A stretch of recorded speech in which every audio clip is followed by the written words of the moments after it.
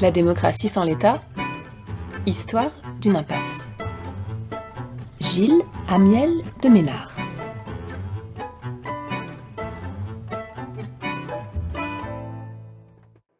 Une énigme est à l'origine de cet essai. Depuis la crise de 2008, le néolibéralisme, jadis hégémonique autant comme système institué que comme idéologie dominante, semble fragilisé comme jamais. Chaque année, sa crédibilité s'effrite un peu plus. Les populations qui subissent ces effets délétères sont de plus en plus hostiles aux structures institutionnelles sur lesquelles il repose.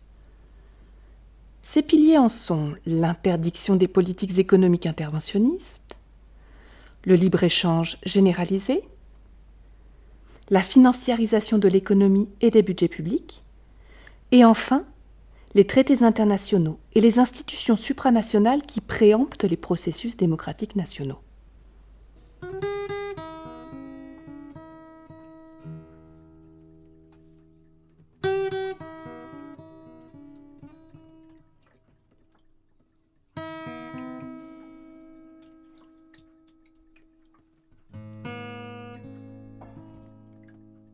Toutes ces procédures instituées, cet ensemble de choix politiques faisant système, semblent en effet avoir un lien direct avec le chômage de masse, la précarisation des conditions de travail, la déconstruction permanente des services publics et de tout ce qui constitue l'État social, et notre paralysie politique. Quels que soient les votes et les mobilisations, c'est toujours la même orientation économique et sociale qui règne. En effet, que les processus électoraux comme les luttes sociales n'aient plus le moindre poids sur l'orientation des politiques publiques semble aussi un phénomène logiquement relié avec l'organisation post-nationale des processus économiques. Ces soupçons semblent pleinement justifiés. Il y a bien un lien direct de cause à effet entre les institutions néolibérales et notre impasse sociale, économique, environnementale, sanitaire et politique. Jusqu'ici, nul mystère. Mais là où la situation devient intrigante, pour ne pas dire incompréhensible au premier abord, c'est le constat que dans les pays occidentaux, et particulièrement dans les pays faisant partie de l'Union européenne, épicentre de la déjà vieille révolution néolibérale, aucun mouvement politique massif, pour l'instant, ne semble profiter de ce tournant historique, de cette crise et de ce rejet populaire montant, pour construire une majorité politique nationale visant à sortir des institutions qui constituent cet ordre néolibéral.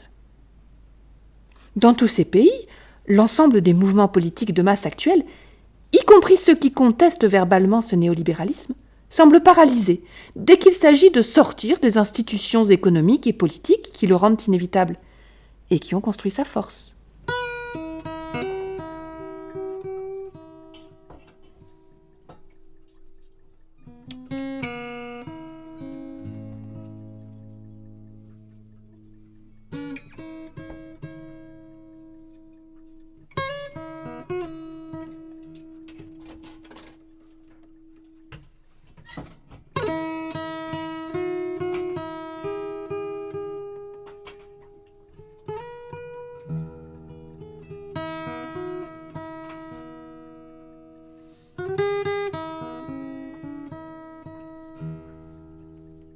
Pour résoudre cette énigme, il faut bien se pencher sur les raisons qui empêchent ainsi toute réaction politique significative adaptée.